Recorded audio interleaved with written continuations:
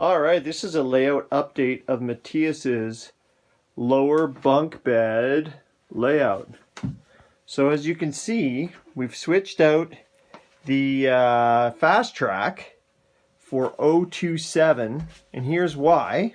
We can get a lot more action going on. So right now, how many switches have we got, Matthias? 6. How many left? 3.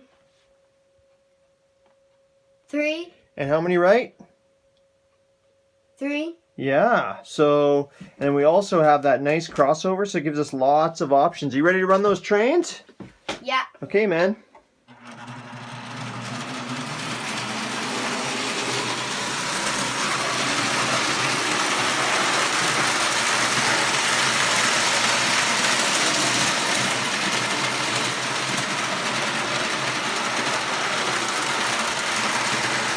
We don't have those switches wired up yet.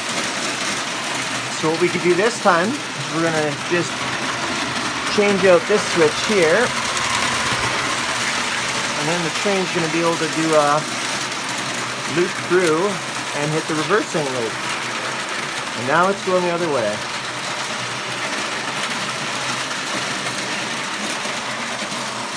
Alright, Merry Christmas everyone. Thanks for watching.